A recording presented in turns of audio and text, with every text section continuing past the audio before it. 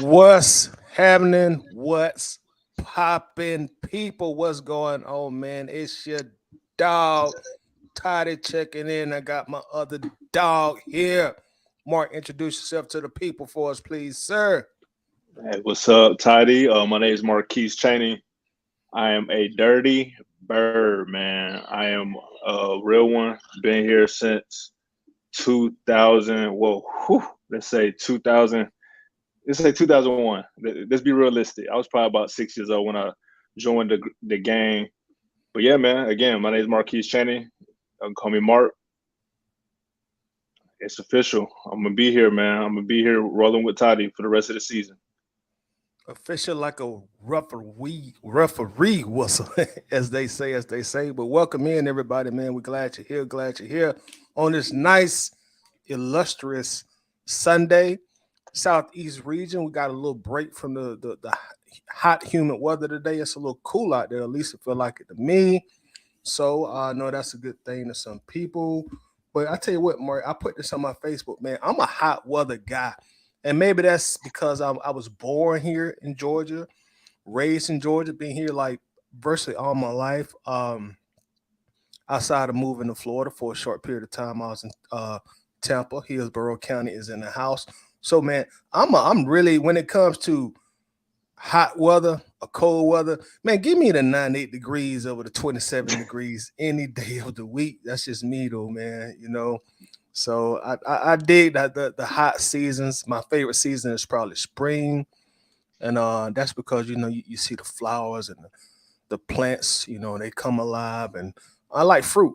And all the fruit start growing in the springtime, and then in the summertime. You get out there. You see the ladies they have on the sundresses and all that stuff, which I absolutely love.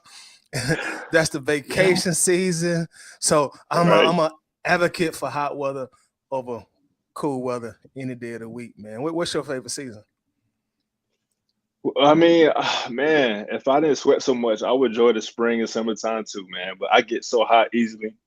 So, I mean, I'm a fall winter type of guy. Now, don't get me wrong, like this is the time of the year when I probably had the most fun. But man, I get hot so easily, man. So I enjoy, that 60 and below, man. I gotta stay cool. Yeah, I got my sweat glands, they be working overtime a lot too. Even sometimes like when I turn on the camera and put this light on, I have to go and turn the AC down so I don't be sitting here, but I Right. sweat real easily too. So I feel you on that. Feel you on that. Training camp is upon us, y'all. So today, what we're gonna talk about, man, we're gonna talk a little bit about training camp. You know what I'm saying? Get y'all thoughts. We're gonna ask y'all to help us carry the show. So of course we're gonna ask y'all, what are you looking forward to in regards to training camp, like any training camp battles, um, people that are going to training camp, let us know that as well. And to correlate with that, we're gonna actually talk about Tyler Allgeier and also Bijan Robinson. And we want to know, like, has Bijan earned the right to at least compete for the job? Now, don't get me wrong. I know it with Bijan being the eighth pick, he's virtually going to come in as the day one starter. But we're going to talk about a little later on. Has Tyler Allgeier at least earned the right to compete for the job? And before we get rolling, let's get the commercials out of the way. Um, if y'all can do your dog a favor, man, and just hit that like button as you come in, even if you don't plan to stay long, just help us out. Hit the like button. Definitely helps out with the channel. We thank you in advance. And let's see the people who we got in the building already today. We got the youngest in charge. Jeff is in the building over there at Grizz Nation. Y'all show Jeff some love, man. It's like y'all see Jeff on the show from time to time. When he has the time, Jeff is a very busy 11-year-old, out there running the world. So Jeff is a friend of the show. He comes on from time to time, and the people love him. The people love Jeff. So what's happening with you, Jeff? We got our dog Winston Thornton is in the building checking in. What's going on with you, Winston? How's it going today, sir? We also got John Higgins checking in. What's happening with you, John? What is going on? We got our dog Travis Preston in the building. What's up with you, Travis? How's it going, brother? Also, once to everybody in YouTube chat, hit the like button one time for your boy, please, and thank you. Hit it expeditiously in my T.I. voice, my Clifford Harris voice. John says Tyler Allgeier should have the starting job. Ooh, banging. He proved himself last year. Bijan and everyone else should play their role at the running back position. Oh, I can dig it. I can dig it.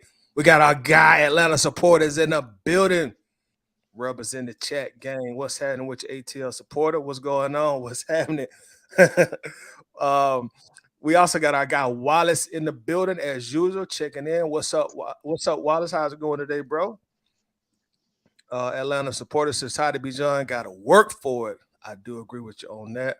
I do agree. We got Rodell Lamar's in the building. Says what it do? What's happening, partner? What's going on, bro? David starts checking in. What's up with you, David? How you doing? We got Christian Graham in the building. What's up with Christian? Ain't seen in the moment, sir. We got a guy, old ancient uncle from the 18th century. The one and only Uncle Steve is in the building. What's up with you, Steve? How you doing today, bro? How's it going, man? Let's see. ATL supporter says, before we see Bijan and Tyler Allgeier, we got to see what Bijan can do before we can say there are thunder and lightning. I agree. I do agree. Matty T is in the building. What's up, Matty? What's going on? Yeah. So, hey, let's get started. Mark, training camp, man. Like, talk to me about it. What you're looking forward to? Let's talk about it. Let's discuss it and chop it up. What's up with training camp? What's on your mind as far as training camp goes, brother? Ooh, it's a lot, man. There's a lot of storylines this season. To kind of continue with where you were going, that running back room, we were deep last year. We even deeper this year. I'm excited to see Caleb Huntley, continue to work his way back into the mix. And I'm looking forward to this quarterback situation. We have our starter going into training camp, so that is relieving. But all eyes will be on Desmond Ridder. We definitely want to see what Drake London has been doing. There's a lot of talking about how he's going to take that next step. So that's exciting. So offensively, we have a lot of stories, but defense, tidy. Would this be the season that we can have a top 10 defense? Is this the season? So again, these are some of the things I'm looking forward to going into training camp to see, who will truly be, the headliner and how this team will be going into week 1. Yes, sir. I could not agree more. You said a key hot button word. You said all eyes are on Desmond Ridder. In my Tupac voice, all eyes on me. So all eyes on D. So I was watching my old Uncle Steve the other day, and he had a fantastic show, as he always does. When he was asking, the fan base, what's our fascination of wanting Desmond Ridder to be loved so much by the national media when he hasn't necessarily proven himself yet. And you just said all eyes are going to be on Ridder. So talk to me, Mark, about Ridder. Going into training camp, he's penciled in as the undisputed starter. So, right. Is there anything you'll be looking out for as far as Ridder goes? What's going to be the deal with Ridder? Definitely his command. You want him to be a leader. For him, he's proven that at Cincinnati. He's proven that even as a rookie, that he's going to say all the right things within the media. He's going to be a leader, and he's going to stay out of trouble. So I'm looking for him to build off of that. You want to see how his teammates respond to him, because some people, they can talk it, but then they're looking at you like, bro, like, come on now, relax. So I'm looking for that command in the huddle. And then, just the timing, kind of like John always says, man, one of the things he disliked from Matt was he would stare down his wide receiver. So, with Dez, I'm looking to see how he reads the defense and how quickly he can deliver the ball. Other than that, a lot of his job is going to be handing the ball off. So, I'm going to be focusing, on how he performs when he's asked to pass the ball. Gotcha.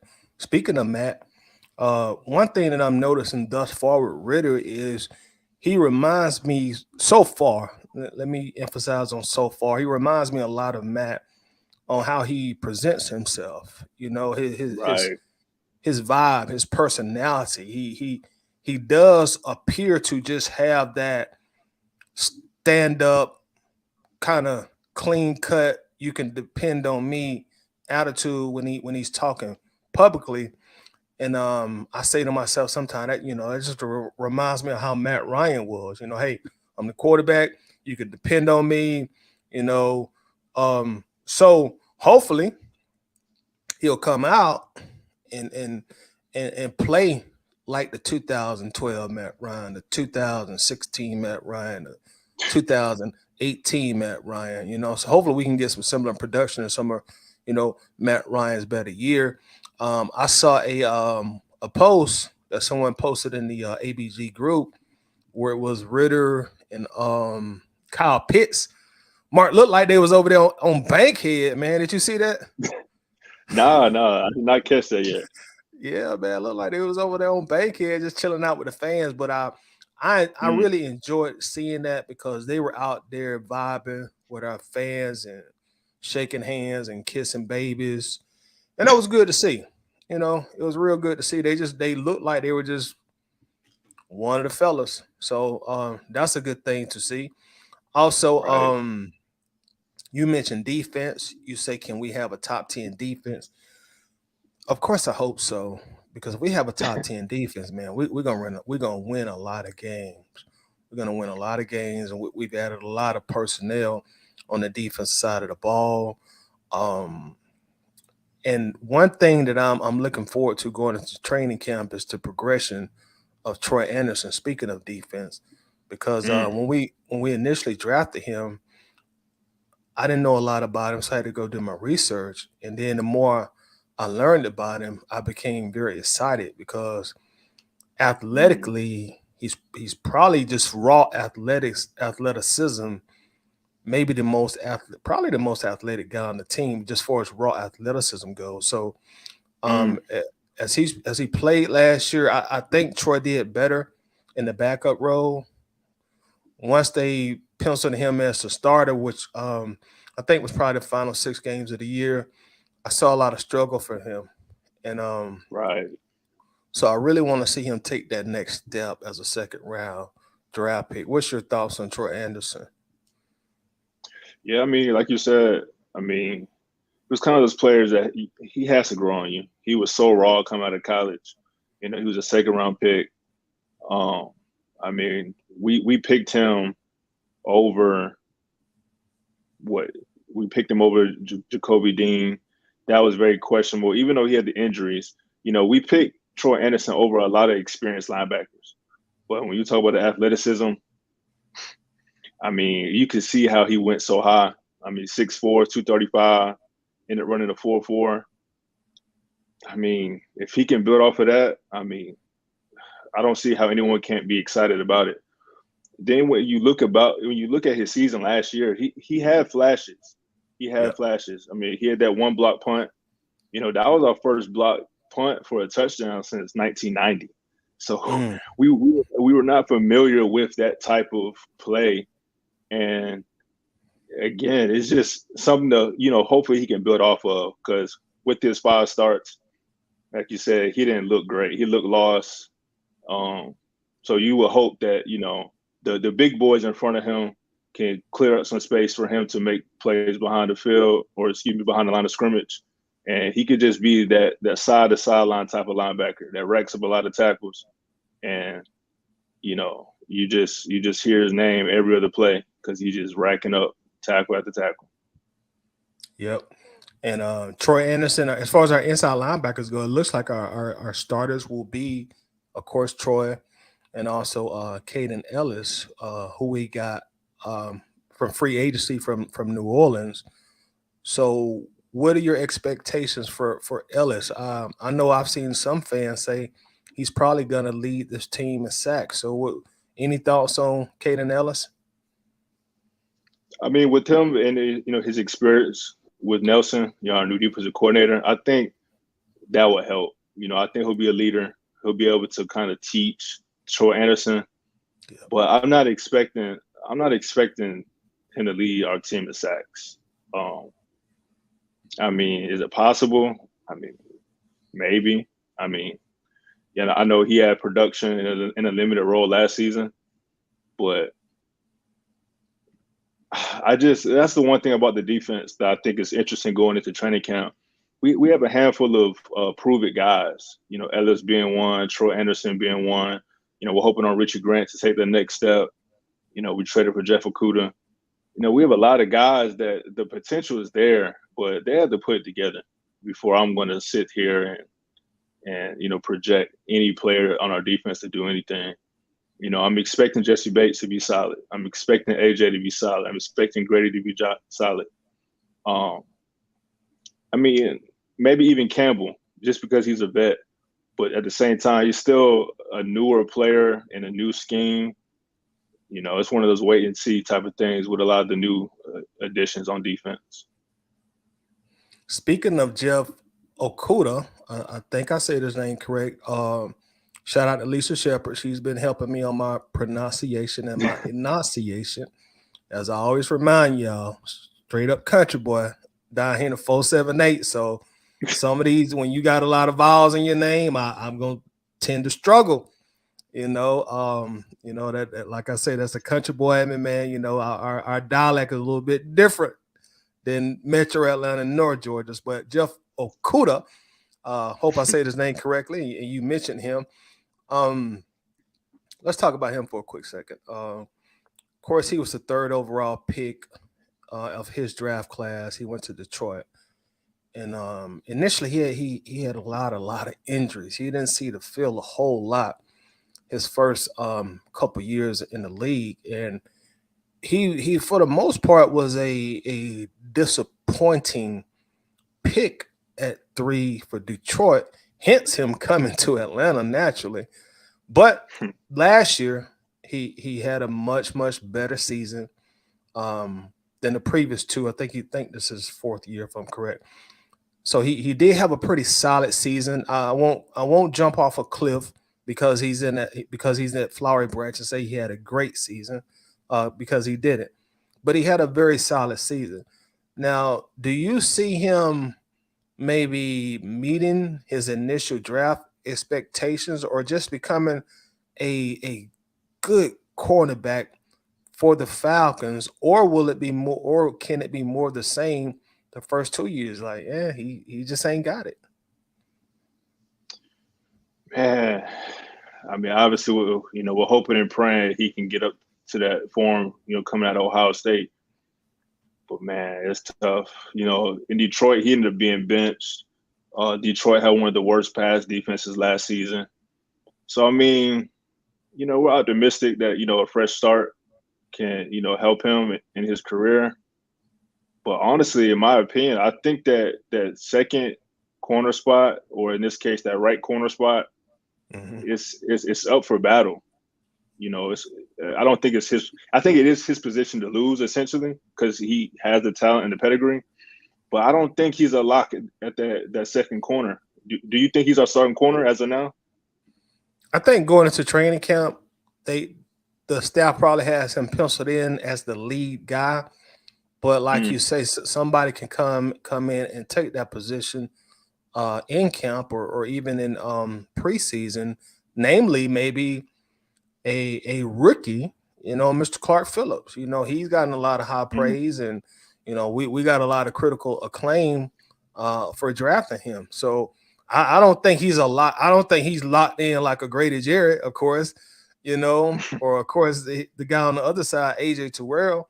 I think he's gonna have to come in and really work for it, because it's not like we're paying him a whole lot of money, and we don't have to keep him next year. So if they're not confident in him, they won't hesitate to put him on the bench and turn you into a nickel and a dime package corner.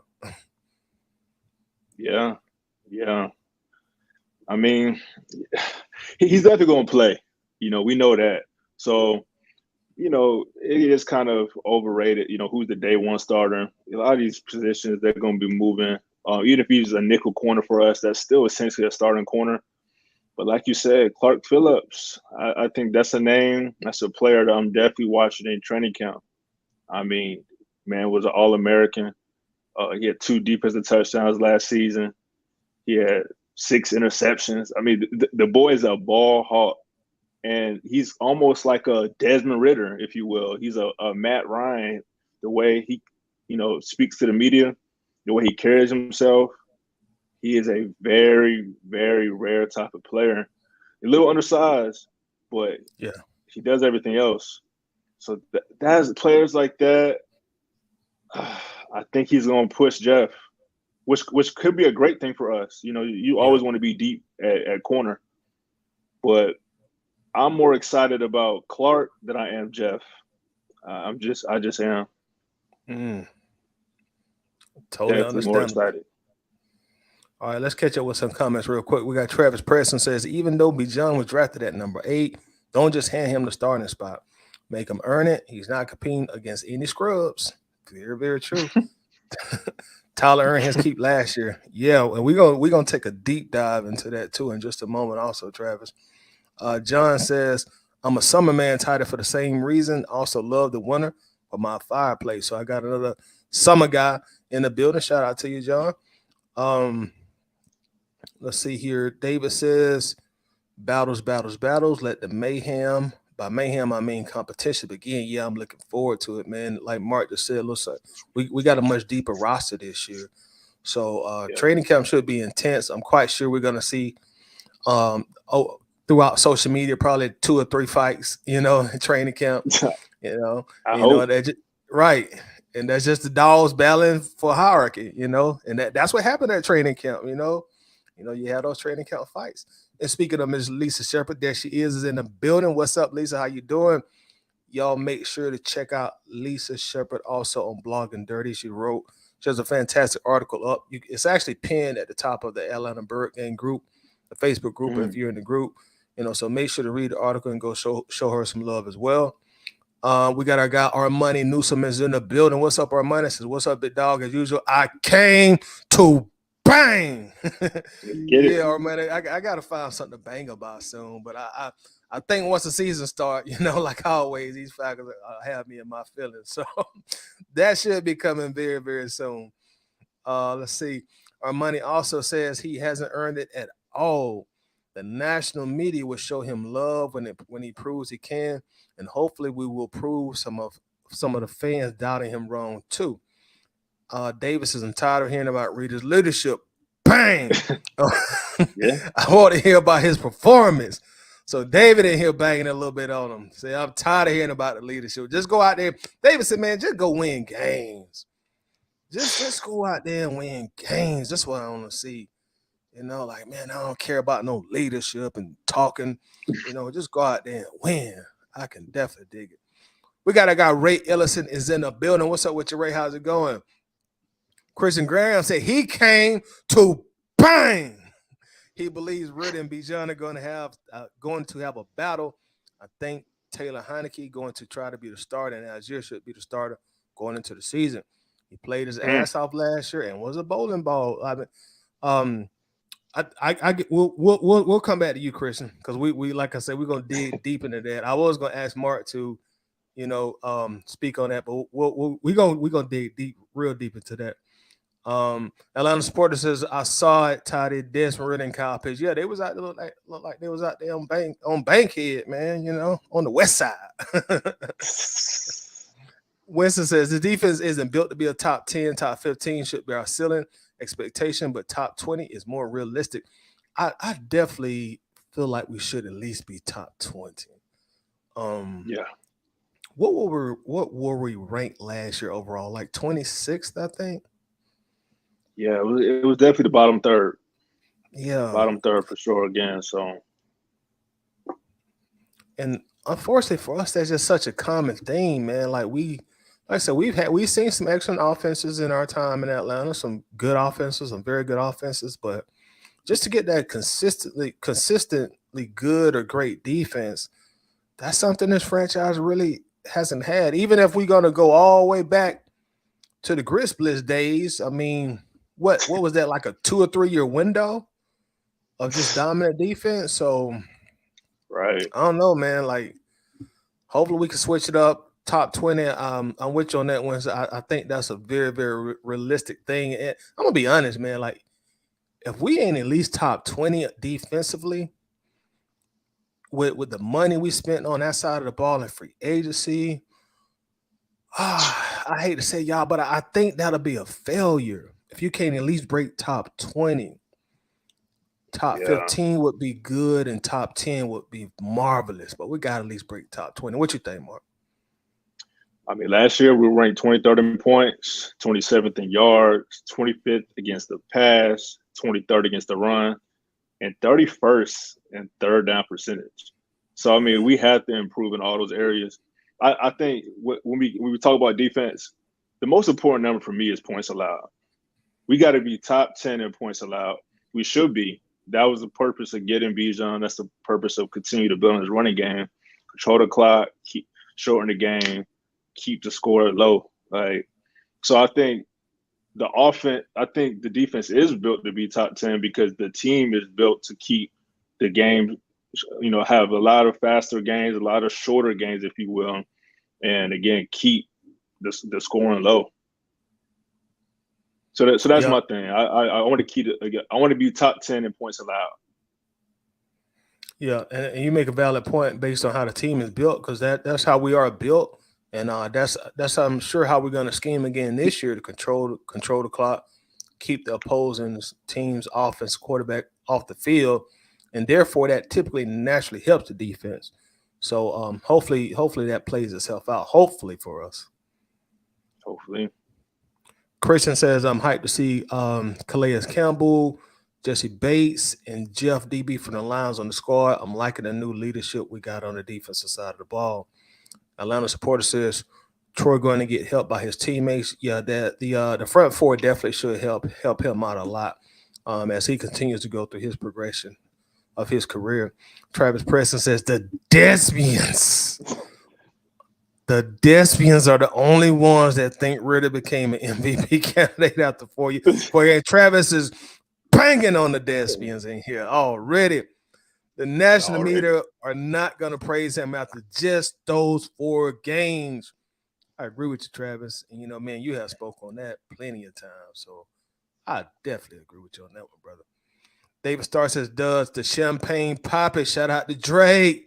Live up to the hype he's been given by the pundits. Mark, what you think? it's time.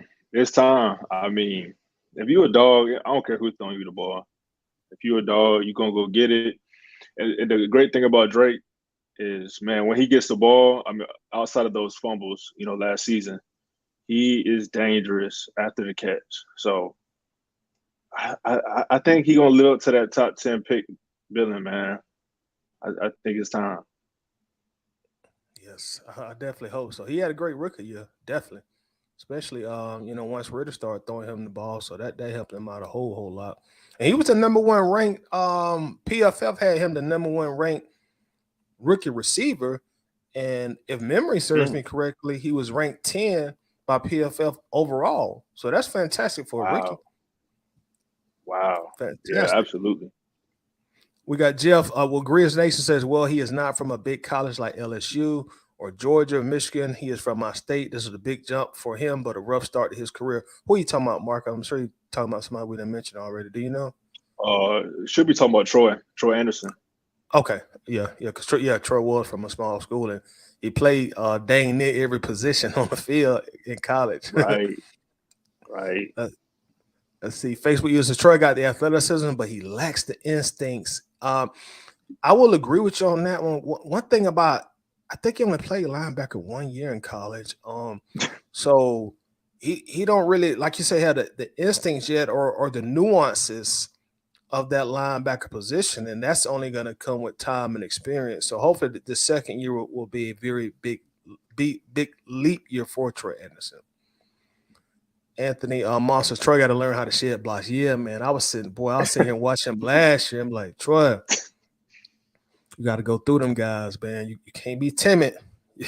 You got to go through them guys. You got to go through them. Facebook users, Troy got to stop the false steps. that's that timid behavior. You know, you gotta Mm-hmm. attack, just like a lion in the morning time when it's time to hunt. Hey man, go out there and hunt, get that food, bring it home. Winston says we were running 4-3 with Anderson at middle linebacker, Ellis at weak side linebacker, and at this point, I'm because our defensive coordinator Nilsson, he's just been so coy, and rightfully so, on what we're gonna be doing this year on the defensive side of the ball. Y'all, everybody who's watching or listening, I wish I could come out and tell you, like, look, this is what we're gonna be doing. This is what we're gonna be doing. Because to be honest with you, Mark, I have no idea. I have no earthly idea. You know, I don't know what we're gonna be doing on defense, bro. Hybrid, 4-2-5, nickel, 3-4. I have no idea. Hey, I'm right there with you. Especially, Calais came out. He said one of the reasons why he signed here because he wanted to get back to playing defense at end. So it's like, are we playing 3-4? Like you said, it's most likely going to be some type of hybrid defense. We're going to be in the nickel majority of the time anyway. But yeah, no one knows what we're doing yet. No one knows. Yeah, because like I said, man, I have no earthly idea what it'll be. Winston also says Ellis at weak side linebacker and AK or Dupree at strong side linebacker. Mark, who's going to be the day one starter, AK or a good old Bud? Oof, I mean, you invested in Bud. I think AK will definitely be like the situational pass rusher. So on early downs, you'll probably see Bud, go up there and start the run. Like you said, it'll probably be on the strong side. And then on passing downs, you'll bring in AK, let him just pin his ears back and go get that quarterback. And hopefully it'll be success. Hopefully they can rack up some sacks, man. Like, boy, that's another thing. We don't sack the quarterback, man. We don't understand it, man. Atlanta supporters said, man, I just want something different, tired of the same thing every year. I say, man, 5 straight losing seasons, Atlanta supporter, man. That's why I have to come here and bang sometime, man. I'm ready to start watching these guys win. Because, like, now, I'm going to be honest, like, my Georgia Bulldogs, they done got me accustomed to talking so much SHIT, and I can do it well when my teams be winning. So I just talk so much junk to, like, Florida Gator fans now, Tennessee, Bama fans, and they have to respect it now when you bring home back-to-back championships. So I want to be able to do that on Sunday to New Orleans and Tampa fans. So come on, Falcons, like this, let's get it right. Let's get back on the winning side of things. Sundays used to be so much fun when the Falcons were winning, man. No Super Bowl, of course, but it definitely was a vibe, especially going to the games. You already got that fantastic tailgate atmosphere, and then you going back to the Georgia Dome era, just going there watching the games, and it was just such a nice vibe. And I think, Mark, that's why I say a lot of times, like, Mercedes-Benz Stadium, the Benz, is dope, it's fly. When you first go in there the first few times, your head gonna be like, dang, this thing nice. They spent a lot of money. But it don't necessarily feel like home yet. I'm ready for it to feel like home. The Georgia Dome started feeling like home to me. The Benz don't really feel like home to me. What you think? Yeah, I agree. Going to plenty of games in both stadiums, one's not like the other. And the biggest thing for the Benz is, I mean, I think the closest game I've been to max capacity was 2021 opening game against Philly. And that may have been 2020. But I remember Julio had the game-winning touchdown off a screenplay. You remember that play, that game? I was at the game. Yeah. People went crazy on that one. I do remember that one. Yeah. And that game. Go ahead. Well, I was gonna mention, that game, the terminals, to get into the stadium, they broke, so they couldn't scan tickets. So that might have been why that place was rocking that much. But I think that was the only time I could think of a full capacity that could compare to the Georgia Dome days. It's funny you mentioned that, because speaking of terminals, the last game at the Georgia Dome was the NFC Championship game. And and I remember going to was it the NFC Championship or was it the Saints game? The last regular season game. That was the Saints game, right? Because I think we almost lost that lead. I'm pretty confident it was the Saints game. Speaking of terminals, I vividly remember going to that game, and for whatever reason, the person that was scanning tickets didn't scan our tickets. He just told us, "Y'all come on." He said, "Just come on." And that was the last regular season game. I don't know if it was just like that was her last day working there and she didn't give a FUCK no more. Right. Or if it was just the last regular season game in the Dome, we didn't know if we were going to ever play there again. And they were just like, man, come on, we're going to show some love. But she did not scan our tickets. Me and my girl, she was like, yeah, y'all just come on. Like, okay, even though we, of course, we had paid for our tickets, like, all right, cool. But for me, the closest I've seen to like mass capacity and when it just felt like, okay, this is a big deal, big boy football, was the first regular season game, which I think was 2017. And that was against the Packers, Green Bay. And Green Bay travels well, but we was just deep in there. Falcons were deep in there, and I was like, oh, okay, so this is what we gonna be on. And it was loud, but I hadn't seen nothing close to that since, man, unfortunately. And now I've been to like the SEC championship games. I think I've been to two of those at the Benz, or it might have been one, but I think it was two. It was the one we had Jake Fromm, and we lost that lead in the second half, like they the Falcons. But I'm telling you, man, that joke, bro, that didn't even seem like Atlanta. That thing was so loud, man. And college, those fans are a different breed in NFL because the demographics are a lot younger, so they're a lot more vibrant, got a little more energy to them.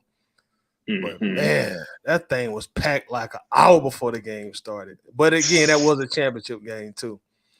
Yeah. Winston Okudah was hurt his first two seasons. Last season was his rookie season in all actuality. And he performed well as the number one. Now the pressure's off because he's number two, so he can develop properly. I probably have to disagree on last year being his rookie season because, to me, your third season can't be like really your rookie season. Maybe unless you're a quarterback and that's your first time starting full time. Right. I'm a little more lenient with that. But for like any other position, you're entering your third year. That's the point in time, in my opinion, where you really need to be taking that next step in your career. But again, I hope it works out. I know when we traded him, full transparency moment, y'all don't get mad at me. Full transparency.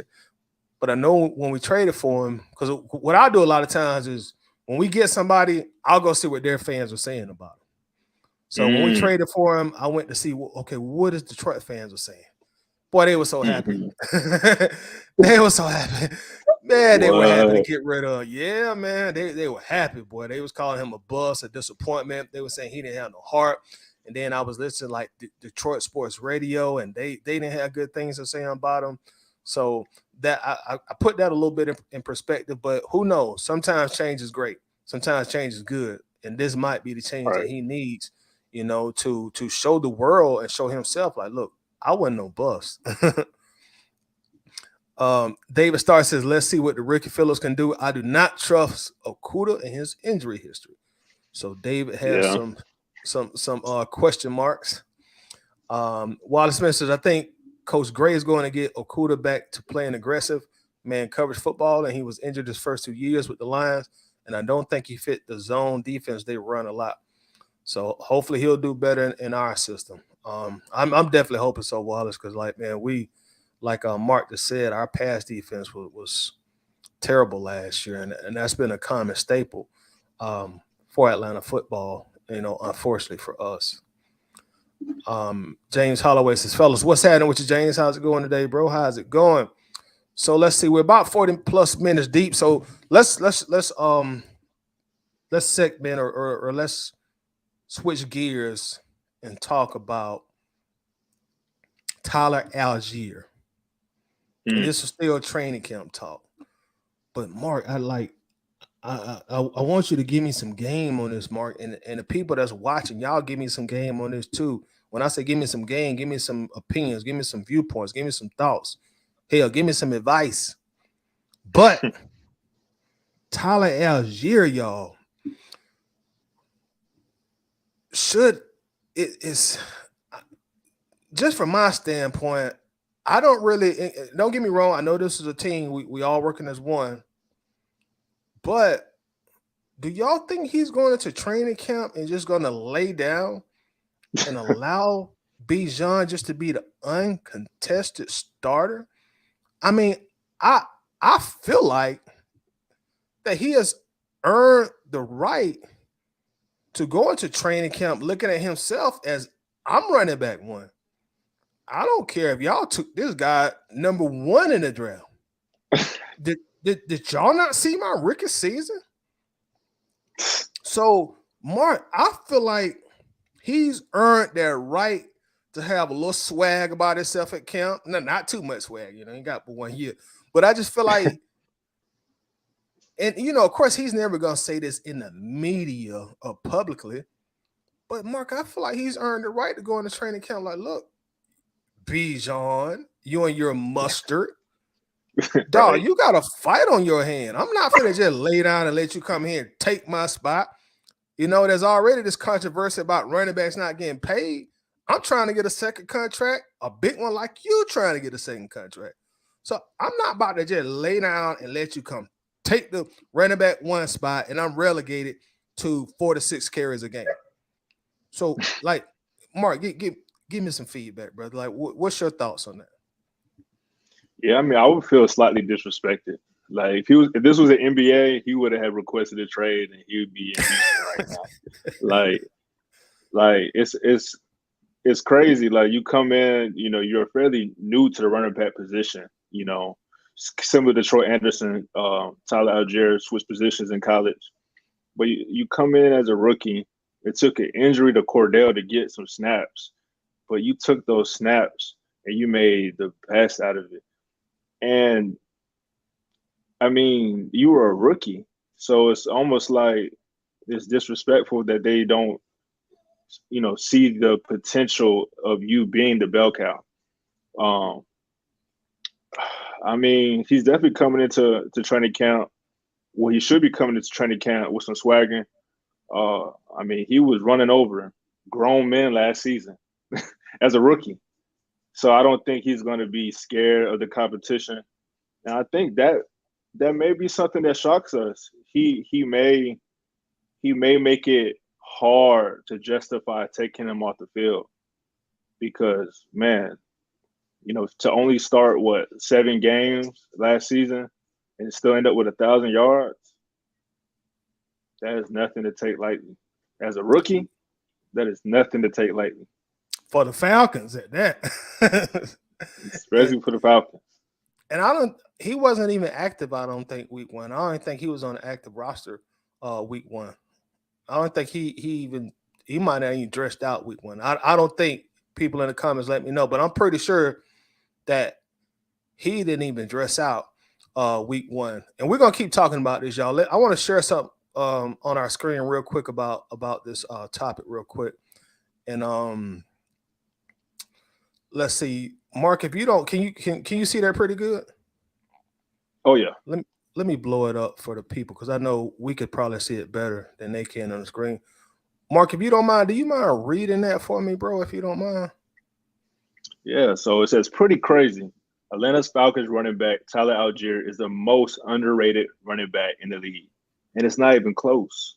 In his rookie season, the 5th round pick was coming out of BYU, and he rushed for over 1,000 yards on only 210 attempts.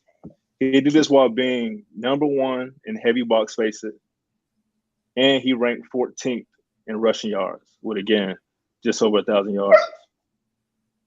He finished 7th in yards per carry with 4.9, and he was ranked 6th in rushing yards over expected.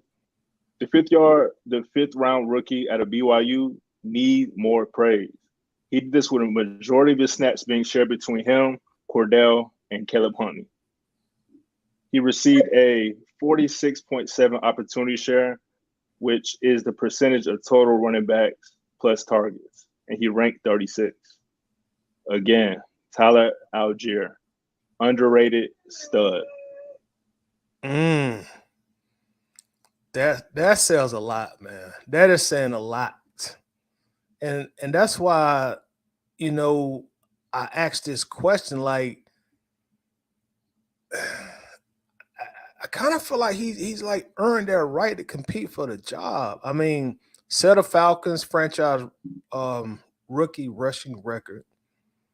I think he had a total. He only had maybe, I think, 4 touchdown totals last year, slightly over 1,000 yards, averaged 4.9 yards per carry, which in the NFL is phenomenal. NFL football, that's a phenomenal efficiency there. So I really, again, I just feel like going into camp, and then that box stat that you just read, that means he was facing 8-man boxes and he still was doing it, man. He still was doing it. So, and I'm not being naive. I know it with Bijan being drafted 8, the staff is going to leapfrog him to number 1 on the depth chart. But I really feel like Allgeier has earned the right to at least compete for the job and make Bijan beat him, man. Like that old saying goes, in order to beat the champ, you got to knock him out. The judges ain't going to give you the split decision. You got to knock the champ out. So after 1,000-yard season, like, I don't see him just laying down, I think he gonna go to camp. He like this gonna be a battle, Bijan. I know they done gave you Mike Vick number. I see you and Arthur Blank throwing up the A-time sign. But you know what, homeboy? I'm gonna sit here in the cut. I'm gonna be quiet.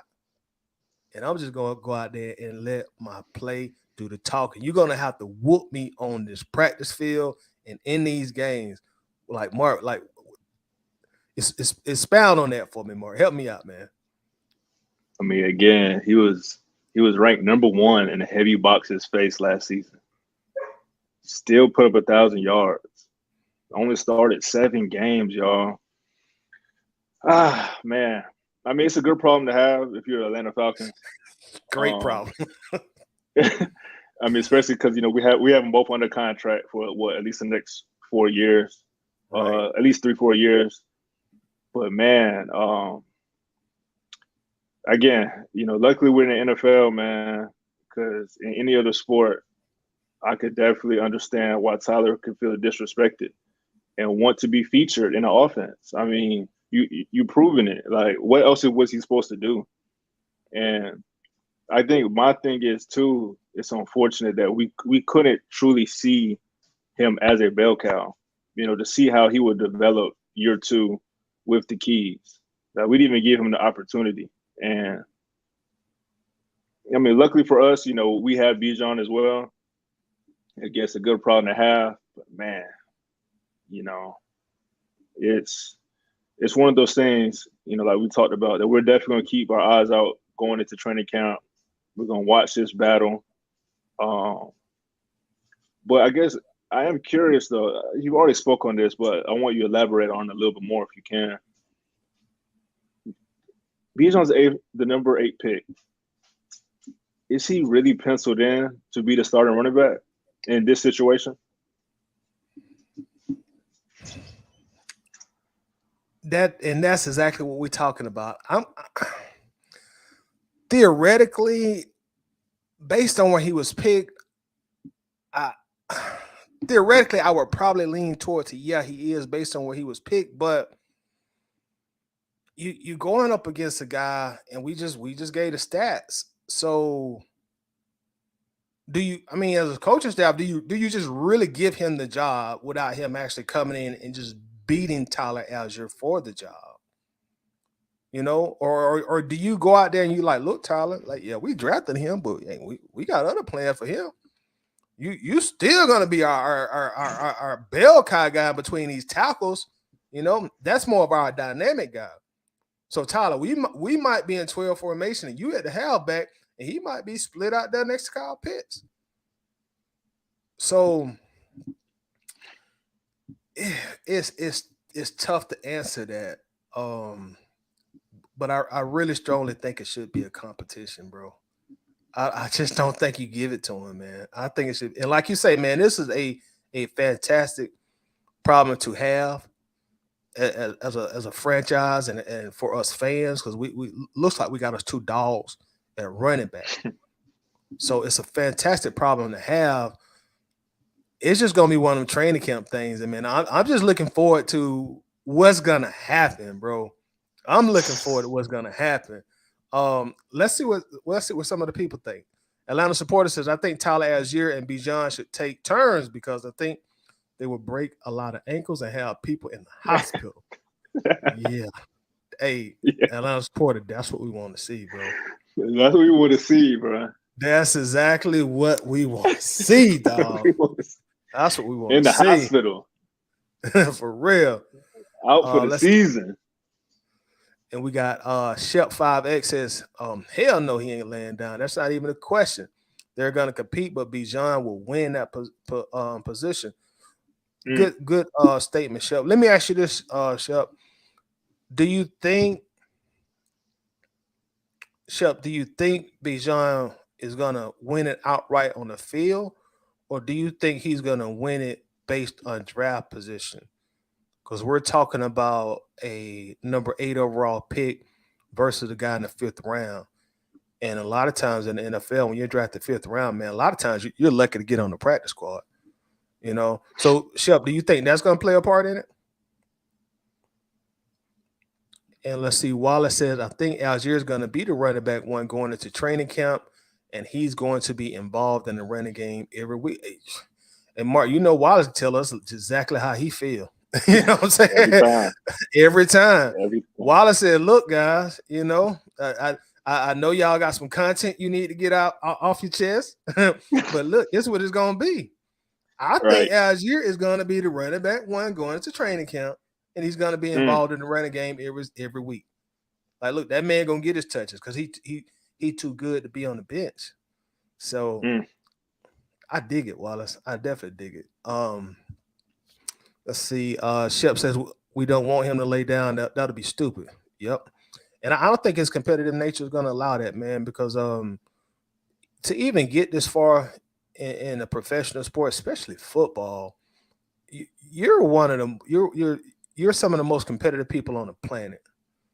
Right. You know, because to get this far, you even as a kicker, even Young Ho Koo, you know, you've had to compete in sports all your life to make it to this level. If you're in the NFL, it's not just handed to you. You've earned your right to get there.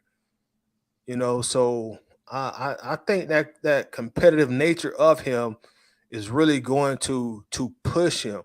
And then you got a guy like you got a young Thundercat, like Big Lobie said. You got a young Thundercat coming in. He gonna push you too. Like, bro, I smile all the time. I say the right things in the media.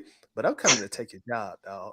Man, don't get it twisted, Tyler. I'm coming to take your job. You see what number I got? Mike Vick approved. I'm coming to be the face of the franchise. So let's get it on. Let's see. David Starr says, here's the issue, in my opinion. The fantasy help me with that word, Mark. I'm gonna say the fantasy people. David, I told you, man, I'm a country boy. You don't throw these big words at me. The fantasy people. Bijan ranked the 5th back in the league. All of his hype as Tyler somewhat overlooked. I fully expect Allgeier to be running back one while Bijan provides a change of pace and add to the passing game out of the backfield. And that makes a lot of sense. And he right though. All the stuff fantasy wise, man. There's some places, I shouldn't say people, but some places have him the number 1 running back in fantasy already. And if you remember that PFF simulator we did, they had him at 2,000 yards on every simulation we did. Yeah. So people who do fantasy football, man, they feel like he really, really gonna rock out. But David, who's extremely knowledgeable, Wallace, who's extremely knowledgeable. They're saying that they expect Algier to go in as the running back one, and maybe Bijan has to knock him off the throne, man. So that's what the feedback I'm looking at so far is saying. And let's see, we got John Brooks says, Tidy, what's up, bro? What's happening with you, John? Y'all make sure to click on John Brooks' profile and check him out. He drops a lot of fantastic content on his YouTube channel. So show him some love. Run up the likes, run up the comments. Shout out to you, John. We got Archangel in the building, just eating and enjoying the show. I appreciate you joining, man. 8 time down. I see your profile picture there. What's happening with you, Archangel? My guy, the Dixon Way. What's up with you, Larry? How you doing, bro? And also, y'all make sure to show Larry a bunch of love. Some of the best Atlanta sports, I ain't going to say Atlanta, Georgia sports commentary that you're going to find on the World Wide Web as far as the in-game commentary goes. Streams all the games. So show him some love. Click on that profile. Run the comments up. Run the likes up as well. He says, hit the like button fresh off my stream. There we go. And I hadn't even read that yet. Fresh off my stream into the ABG stream. Let's go. Algier will be lucky to get 10 carries per game. Woo! Ouch. But Bijan being drafted fair or unfair, watch what happens. Ooh, Mark, what you think? You think he's going to average about 8 yards a carry, or do you think Algier going to be able to get more than 10 carries per game? Yeah, he should definitely be able to get more than 10 carries per game. I mean, my Lord. I mean, we're going to run the ball probably, at least 30 times a game. So, if anything, it should be an even split. It should be 15 and 15. But then you still got Cordell. Yeah, I guess. I mean, it's going to be interesting, man. We have a dilemma on our hands. A big dilemma at that, man. A huge dilemma. And let me, and if you don't mind reading off Wallace's comment for me also there, please. So Wallace says, I disagree. I don't think Bijan is going to be the starter just because he was drafted 8th overall. Yeah, I mean, oh, man. It's a dilemma. You know, obviously in the NFL, in sports, and life, there's politics. And Bijan, it's not only about him being the 8th overall pick, y'all. He's the number 1 paid running back in the NFL right now. He makes the most money. So it's almost like that in itself is going to probably put him number 1 in the depth chart, whether we like to admit it or not. What you think, Toddy? Probably so. Based on what you just said, the politics of how the NFL goes and how it's structured, the amount of money they're paying him this year. I think he's making $13 million in cash this year. So they're going to definitely try to get their money's worth as much as they can. And also, another component of that is with us coming off 2 consecutive losing seasons, a brand new GM, a brand new head coach. They're going to really go out of their way to prove to us fans, to themselves, to Arthur Blank, to the world, this is why we drafted Bijan at 8. This is the vision we had. Same with Kyle Pitts. You know, and I knock on wood, if he stays healthy the entire season, man, they're going to drop a lot of plays for Kyle Pitts. Even if Drake London is cooking, they got to prove to everybody this is why we took Kyle Pitts, y'all. At number 4, when y'all was talking about, well, draft the quarterback or draft the guy from UGA. No, this is why we got the unicorn. And we're going to prove to y'all we made the right decision. So the politics definitely going to play a part in it. And Mark and Wallace, and that's why we wanted to talk about this too, because like it's a compelling storyline. You know, you have a fifth rounder, and that goes back to what we talked about the other night, Mark. You know, the value of the running back position. And last year, the Falcons did it right. You got a guy in the 5th round. After his rookie year, you can call that the ultimate steal. So he was drafted in the 5th round, but he played like a top 10 pick. So that's what makes this storyline just so compelling, at least in my opinion. And Larry says Tyler shouldn't have to deal with this. We should have drafted pass rush in the draft. Hey, it's a lot of people that feel that way, Larry. That's a lot of people. We got our guy Smitty Sports Machine is in the building. What's happening with you, Smitty? And of course, y'all make sure to check out undoubtedly one of the top and greatest Falcon content creators, and he just don't do Falcons content also, even though I know that's what he's known for. But if you're not already subscribed, make sure to show Smitty some love, subscribe to his YouTube channel, run up the comments, run up the likes. Smitty says he will begin the season as the number one and will get the benefits of playing with Robinson.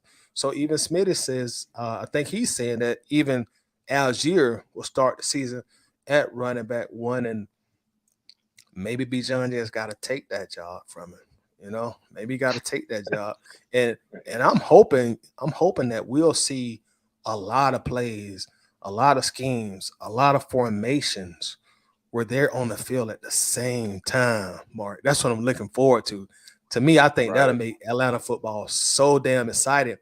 Because can you imagine Tyler, Bijan, Champagne Poppy, Unicorn, even Cordero Patterson? I don't know if they can scheme them all in the field at the same time. Yeah. But just having them both on the field at the same time, man, I think that'll bring a special component to our offense, bro. What you think? Yeah, no, I mean, it's going to happen. Arthur Smith's up late night thinking of the most creative packages. We're definitely going to have some type of Bijan Wildcat package. We may even have a Cordell Patterson Wildcat package. But, yeah, we going to see. I mean, if I had to make a prediction, first play of the game, everyone going to be on the field. The first play of the game of this season against the Panthers, everyone going to be on the field. Cordell, Kyle, Drake, Bijan, Tyler, they all going to be on the field. Like, Jonnu, Arthur Smith is definitely cooking some up. That would be so dope. And speaking of the main man, Smitty Sports Machine, we got Smitty here about to come on and talk to us and give us some games. So y'all give my dog a very, very warm welcome. Smitty, what's up, brother? What's up, my dog? What's up, Smitty? We chilling. What's up, Mark? What's up, man? Welcome, man. So, we're reading your comment, man. You got your comment highlighted at the top. You think Tyler going to be the number one running back, and he's going to benefit off of Bijan? How do you think he's going to benefit off of Bijan Robinson? I think he's going to benefit, and the reason why I say he's going to start the season at number one, because I think Bijan has to get acclimated to the speed of the game, which he probably is going to work on in the preseason as well. But when the regular season starts, I expect Tyler to start the season off. And we're down the defense. I think he's going to be one of those running backs. You saw it last year when we were down defenses. That game in Tampa, which they could have came back and won, he ran the ball effectively that game. So if you see what he runs with power, and then you add a guy like Bijan who has speed and can line up anywhere on the field, that's going to open more holes for him. So I think they're going to work well together, man. And I haven't seen a combo like this in Atlanta probably since, and there's no disrespect to Devontae Freeman and Tevin Coleman, but this reminds me more of a William Andrews, Gerald Riggs type combo. So if we can get that kind of, duo going, man, I see the sky's the limit. And as I've said before, man, this helps Desmond Ridder more than anybody. Right. Yeah, Riggs and Andrews, boy, that was a hell of a combination. Boy, I used to love Riggs when I was a little kid, man. That was a dog. If you ever seen one. Let me ask you this, Smitty. I know you just said you think Tyler will start the season off as RB1. At what point do you see, if you see it, Bijan taking that role and becoming running back one? If you think it's gonna happen. If it does happen, it will probably be later in the season. And to be honest, I would not do it, especially not the rookie season, because I think he can get yards from anywhere on the field, so you don't fix what ain't broke. Mm-hmm. So if he runs effectively the whole season in the number 2 spot, it wouldn't be an issue with them having to switch him over. But like I said, with him lining up all over the field, I don't think they necessarily have to put him as the number 1. He can come in as a third down back. He can come in a 2-back set with Allgeier. So it's just so many ways that they can go, man. Yeah. So you saying he can come in obvious passing situations, or he can come in and line up at the slot, Mhm. and they can do a variety of things with him. And another person that helps this duo, Cordero Patterson. Just like I just said, Mm-hmm. you have those two guys. Well, you have Robinson in the slot, Cordero and Tyler Allgeier in the backfield. Who you gonna cover first? Right. Right. So I mean, and I understand. That's why I understand why he's the pick of the Atlanta Falcons at number 8. They're thinking about his versatility. They're thinking about what he brings to the run game. They're thinking about what he brings to the pass game. And let's be real, they're thinking about what he brings to special teams because I can see him returning punts. Yeah. Oh yeah. So Mm. a playmaker, you got to get the ball in his hands by any means necessary. Right. So trust me, this season gonna be a whole array of Bijan and Tyler. Bijan and Tyler. Also helped Drake London and Kyle Pitts. So all we got to do is execute, man. And speaking of Patterson, Smitty, what's your thoughts or what's your opinion on? Well, first, I think, of course, with Cordero's veteran leadership, he'll be able to help them out with things that outside of football that'll actually help them on the football field. But preserving Patterson, because Patterson, he was one of our more pleasant surprise free agency pickups. And when he's healthy, he's hell on wheels. So do you think this is really going to obviously preserve him for later on in the season? And then around week 12, week 13, we may just unleash Patterson on some teams. I said this before too. I think the best way to use him, we say he's going to play special teams. I get that. He's going to line up at the receiver spot in the slot or the outside. I get that. But I think he will be most effective in the fourth quarter. After you don't wear down the defense, you bring in a fresh pair of legs. After Tyler Allgeier and Bijan Robinson ran the whole game, you add Cordero Patterson to the mix inside the 20-man. It could be a nightmare. Like I said again, you got those three guys. Who you gonna stop? Good luck. And then of course you still got Drake and Kyle Pitts on the outside. And speaking of Pitts, let me ask y'all thoughts on this.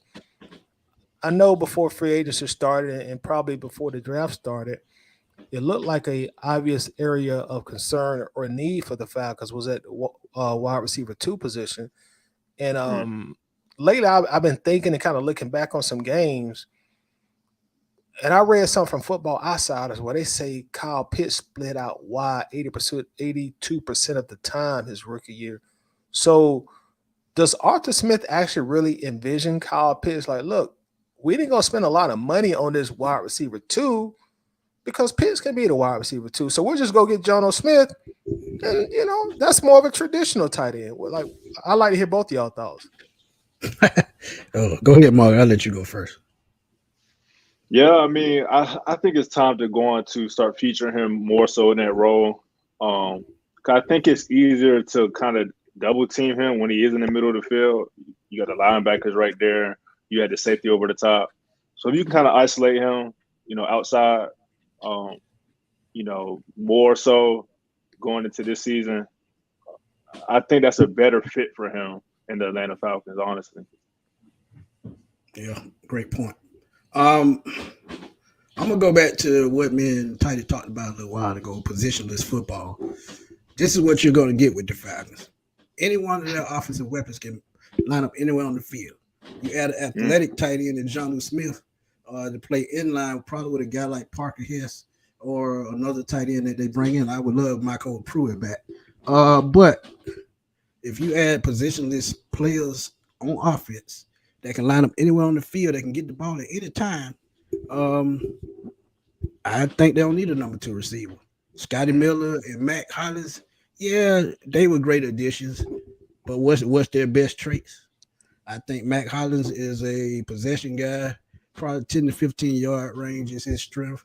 Scotty Miller, a guy that could create yards in space, but his biggest trait is probably punt return or fly routes with that 4.3 speed.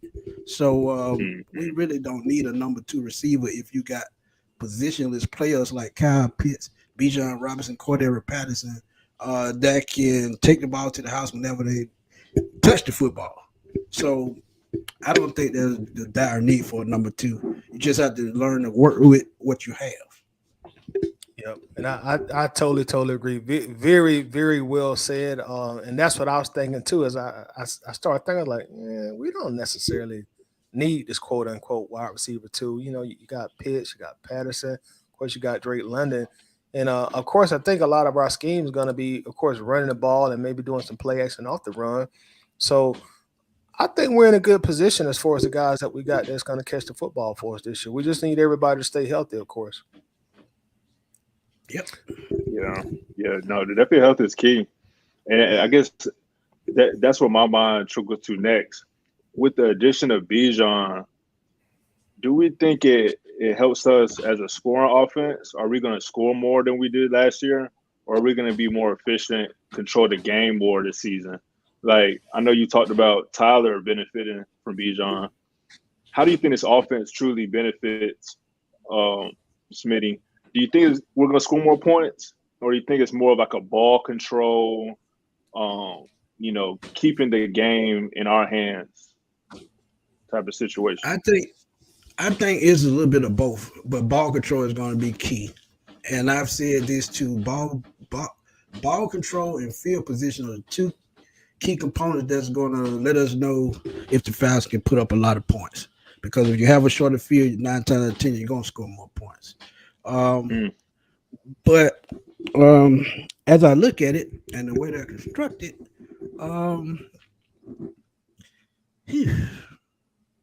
I just don't know which way to go. I'm going to be honest with you, Mark. I don't even know which way to go because I see this offense in so many ways and that they can create points. It's just laughable. So I just have to wait and see. I'm going to be honest with you because when week 1 comes against the Carolina Panthers, that is going to be a great test against a great defense. Yeah. Mm-hmm. That will give us a preview of what Arthur Smith has cooked up all offseason. So that is the great game to start with. Yeah, and I actually, to answer that question, I think we're gonna produce more points offensively because I think with the draft and what we did pick up on offense, in free agency, I think on paper this offense is much better. I think Ritter will be a much better quarterback than what we had from y'all's boy Mariota last year. It ain't my boy. That's your boy. It's your boy. Y'all boy. And Arthur Smith has already said he wants to be more balanced this year, and I think he will focus on being more balanced. Of course, I think running the ball probably still going to be our signature, but I see Ritter being able probably about week 10, week 11, get some different level of confidence in himself and be able to push the ball more down the field. And going back to Tyler and Bijan and Patterson, like we're gonna see those 8-man boxes again because like we're still gonna be able to run the ball. I'm gonna be honest with you, Titus. I think he's gonna have to gain confidence way before that. And the reason why I say that, against tough defense, he's gonna have to make the tough throws. And you have to have the confidence to make the right throw that you need to make. You have to have confidence to lead the offense like you need to. Read defenses, call audibles at the line. So he's gonna have to have confidence. Probably week 3, week 4, because like I said the other night, I think that is going to be the pivotal point of the season, the first 4 games, to let us know how this team has gelled. And after that 4th game, if they've gelled like they're supposed to, they might be a runaway freight train. Who knows? Yeah. So you're saying he's gonna have to grow up a lot faster than week 10. Yeah, he got those 4 games on his belt last year, so that was his start. So now he's supposed to take it to the next level. Watching film, talking with coaches, getting the playbook down, gaining that chemistry with the other players, the wide receivers, the running backs. So he's gonna have to put all that together in one pot and hit the ground running in week 1. But by week 4, he needs to have built up that confidence to take this team forward. Love it. So since we're talking about Ritter, let me ask you this, Smitty. Give me your projections for Ritter's stat line for the season. And let's just say he does start the entire season. Like, what's your ideal stat line for him? And I'm not gonna go off last year's stats, so we're not going there. But I could honestly say 20 touchdowns, about 10 interceptions, about 3,300 yards, and about I would say about 400 yards rushing. Okay, we could take that. So he at least got a 2-for-1 TD to interception ratio, and from a second year guy, well, his first 4 years as the full-time starter, that is of course some progression, and then hopefully by year 3, hopefully we can get him in that 30 TD mark. But I could definitely go for that. What about you, Mark? I don't know if I asked you that already. Yeah, I mean, it's hard to say. There's just so many possibilities for this offense. So many possibilities for Bijan. You know, if Kyle's healthy, if Drake takes that next step, you know, it's all benefits Desmond and his statistics. But I think, my numbers are probably closer to Smitty's, about 3,500 yards. I'll probably give him about 25 touchdowns. And the interceptions, the turnovers is hard to predict. So I'm just trying to stick with the positives. The 25 touchdowns, 3,500 yards. And just the situation, he has a good opportunity to, we were blessed with our schedule makers. You know, we get to practice with Miami, in training camp, first preseason games against Miami. That should all benefit Ridder. His first 2 home games are the first 2 games of the season. That should benefit Ridder. Goes on the road against a fairly young quarterback. And then the 4th game against Jacksonville, that's a great test, great opponent.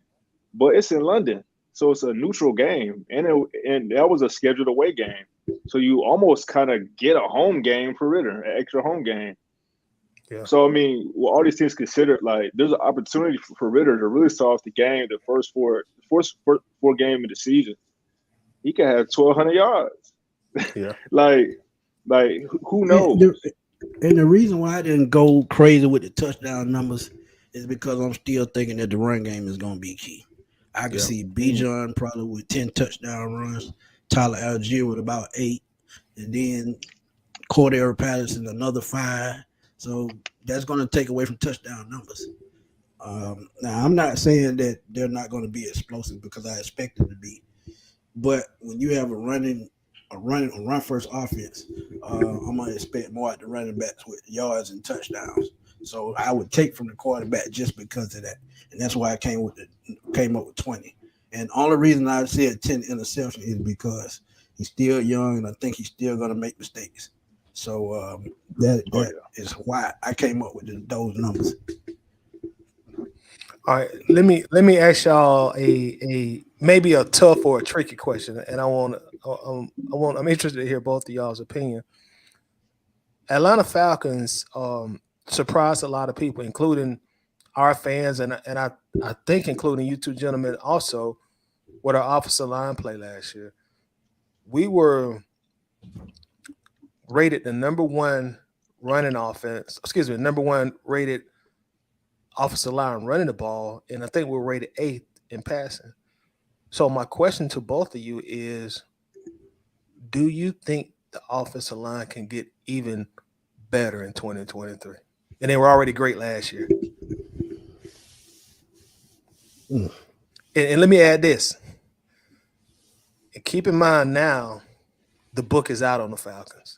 So now more coordinators are going to scheme to stop the running game, and they're going to send a shitload of blitzes at our quarterback.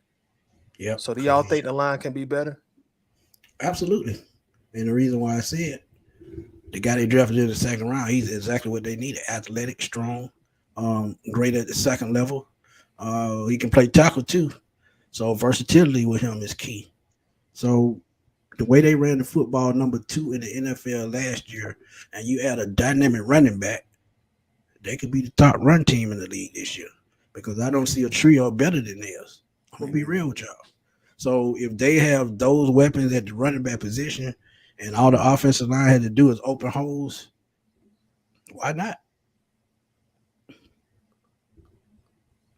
Yeah, I mean, I agree. We could definitely improve. We weren't the best pass blocking unit last season, but I mean, I think an interesting stat. We definitely lean on Pro Football Focus a lot, but they had Jake Matthews ranked as the top fourth quarter offensive lineman, ranked at just over or just under 90 in fourth quarter pass snaps. So we know we're getting out of Jake. We should add some more stability out of that left guard and center position. We know we're getting out of Chris. And if McGarry can improve as a pass blocker, Yeah. I mean, the recipe is there, to have a way better unit. And that in itself may be the underrated thing when we consider Ritter's statistics. He may have all the time in the world to do whatever he need to do. So I mean, man, the offense, Arthur Smith has what he needs to be successful. I mean, he has what he needs. I think there's no question. But I mean, with that being said, how do you feel about our offensive lines? Do you think we can improve? Yeah, I do. I think the offensive line got a lot better, and we've been talking about Allgeier and Bijan all show. So you added another horse back there in your stable.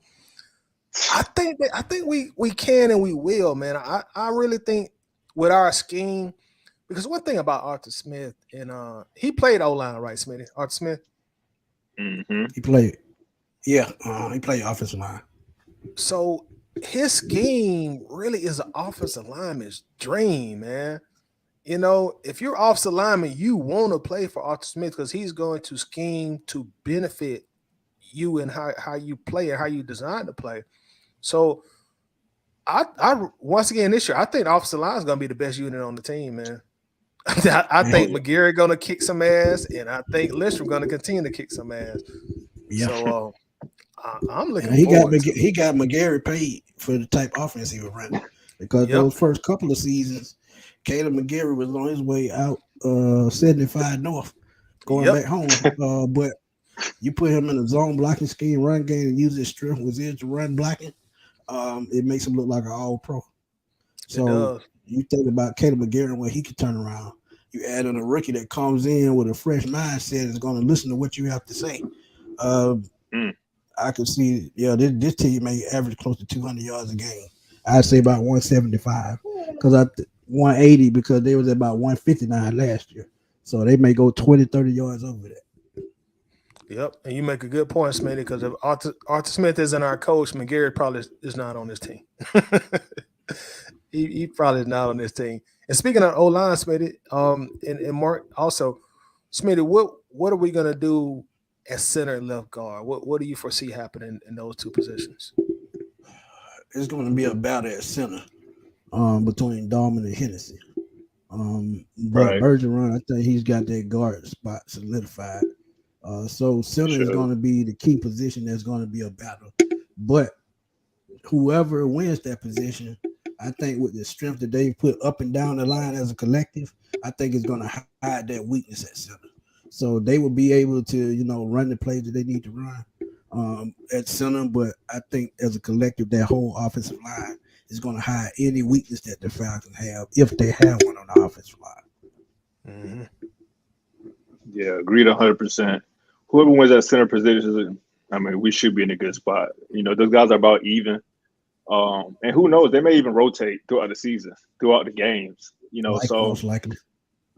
You're right.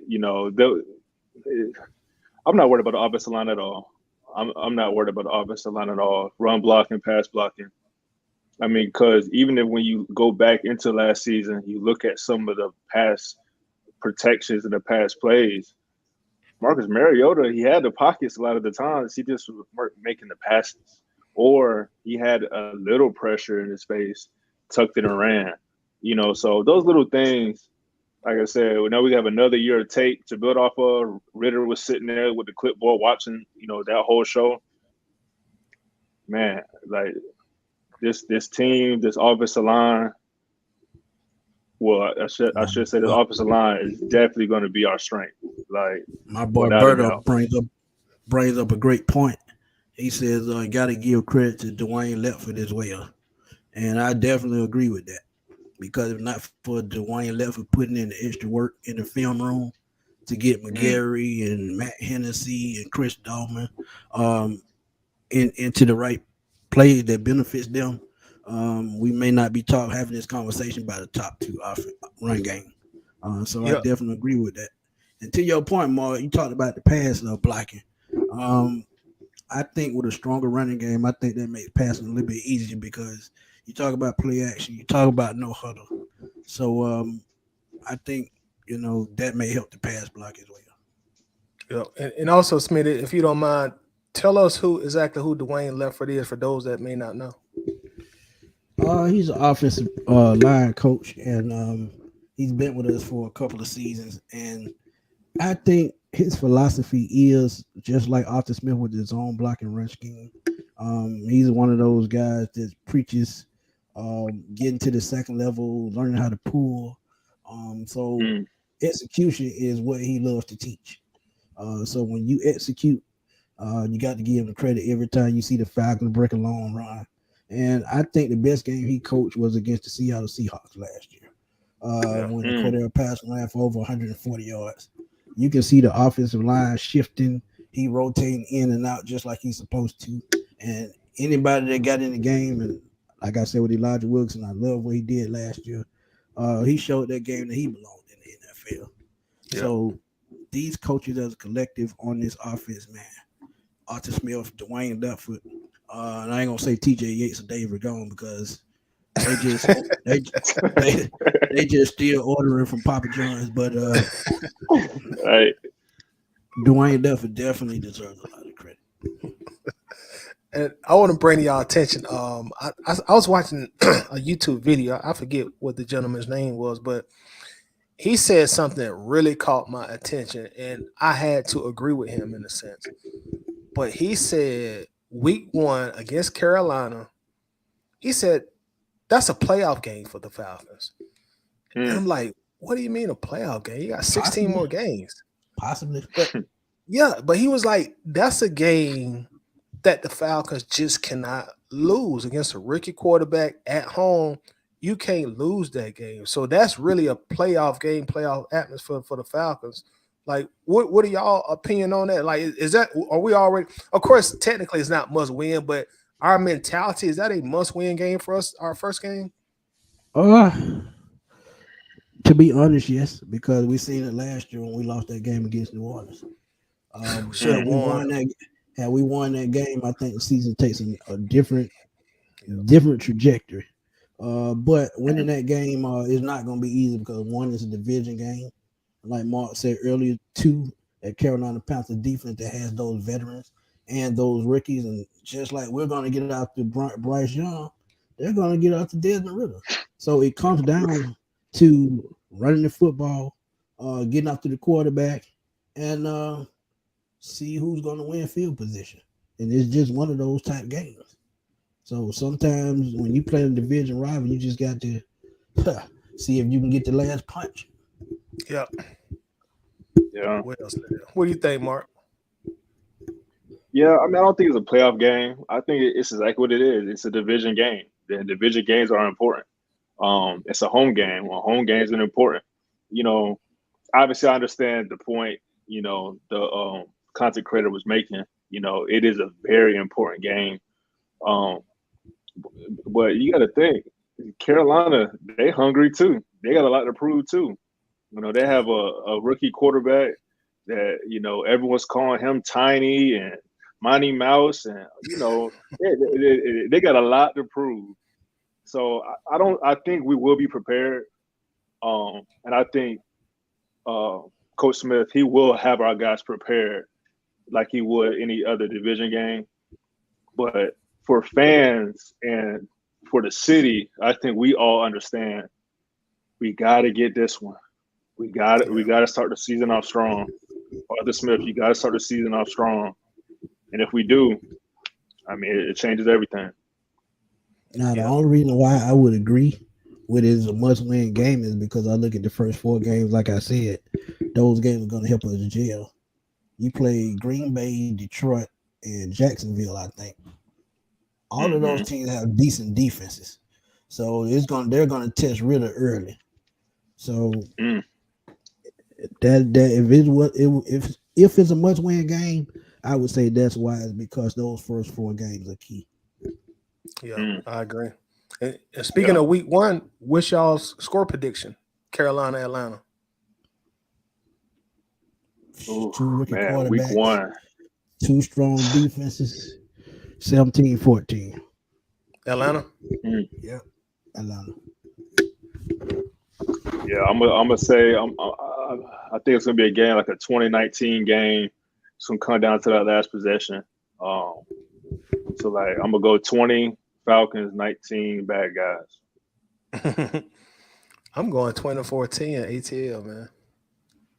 24-10. How you come up with a 2 touchdown win? I got no. All right, we shut them down. Yeah, I think we're gonna make Bryce Young struggle his first game. And I know traditionally we make rookie quarterbacks so like the next coming of Tom Brady, but I just feel like there's gonna be a different vibe and mentality with this team, and it's gonna be Bryce's first game.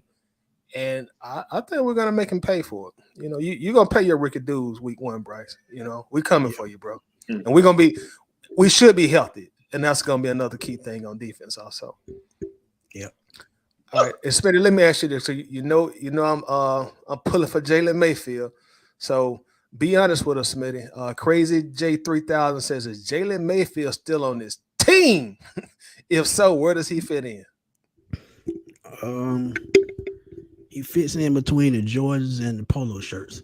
Let me Don't do a boy like that, Smitty. Don't do a dog like that. I think he's going to back up Caleb McGarry at right tackle most of the time, but he's another one of those versatile guys.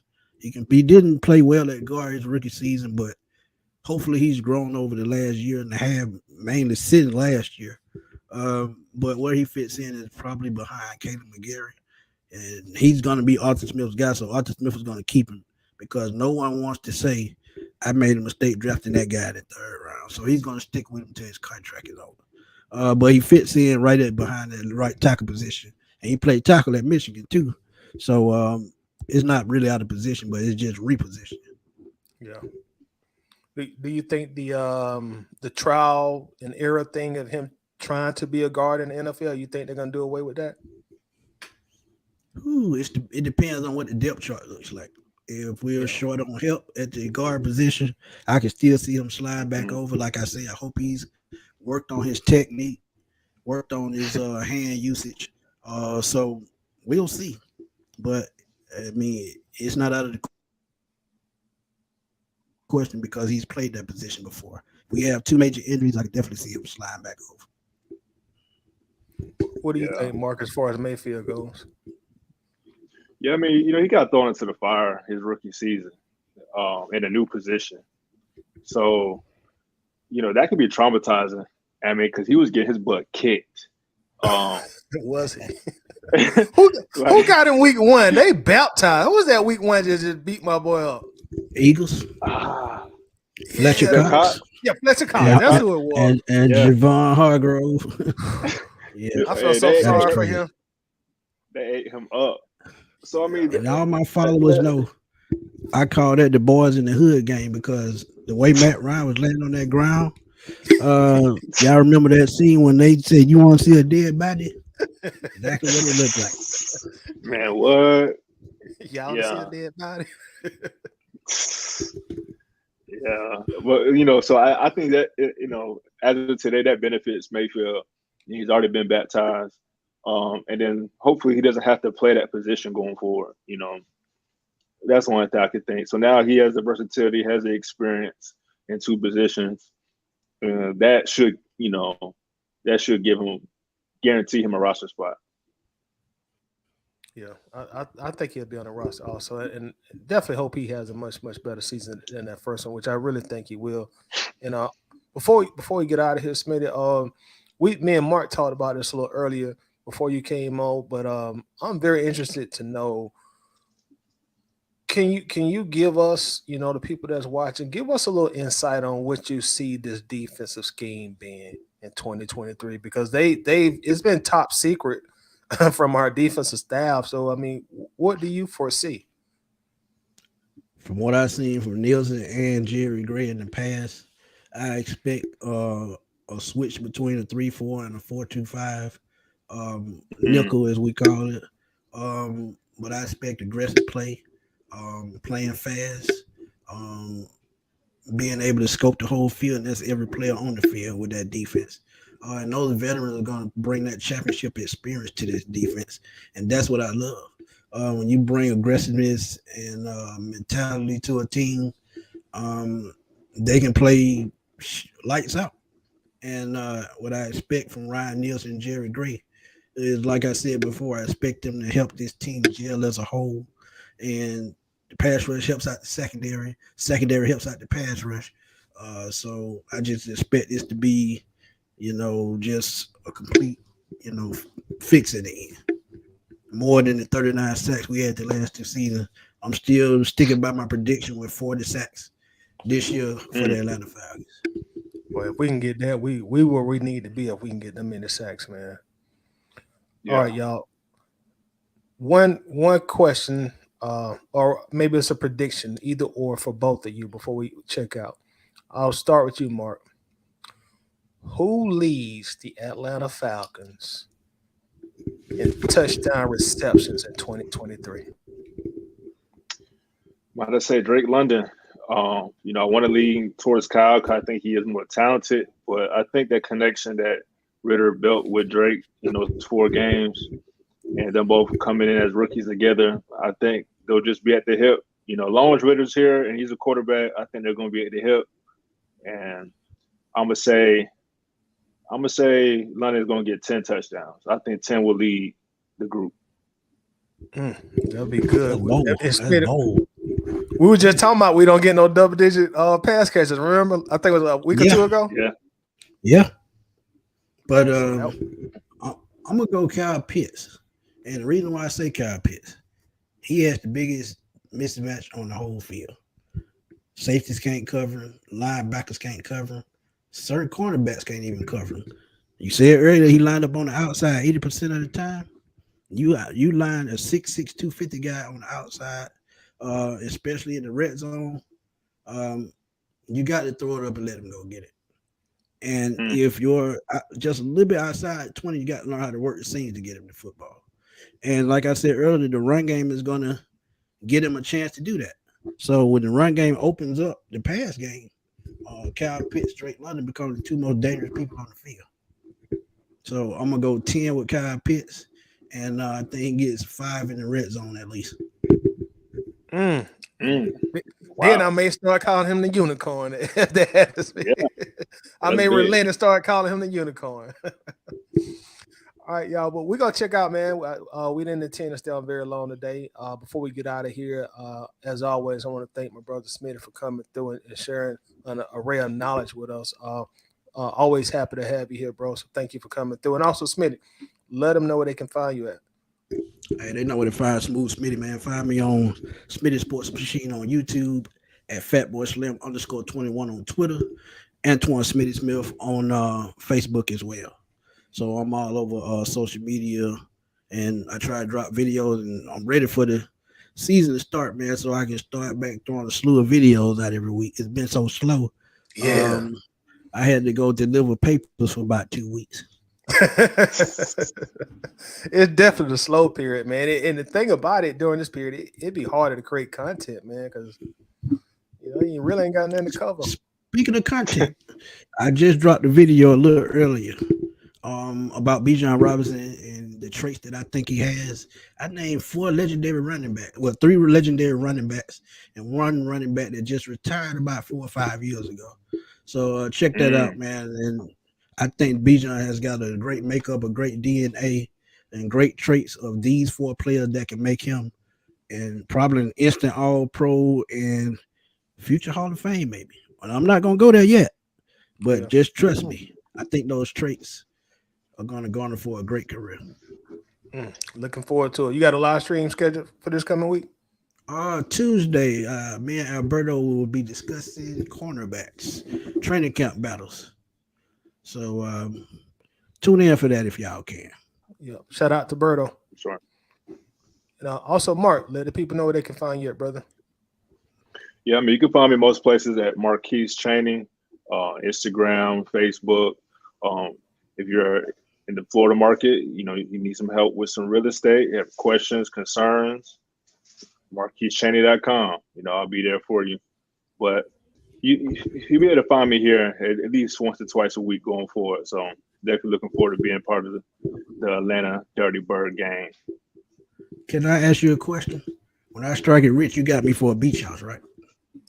Oh yeah. I got one right here on the shore for you. I got 5 bedrooms, 3 baths, about 3,000 square feet, and shoot, I have a personal studio for you too, so you can record all your content. See, he know real estate. He done named everything in the house that he know I need. Even the studio. All right, even the studio. That's what's up, man.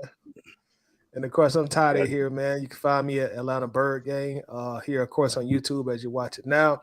And I think I speak for all 3 of us when I say, man, we are so ready and excited for the upcoming season.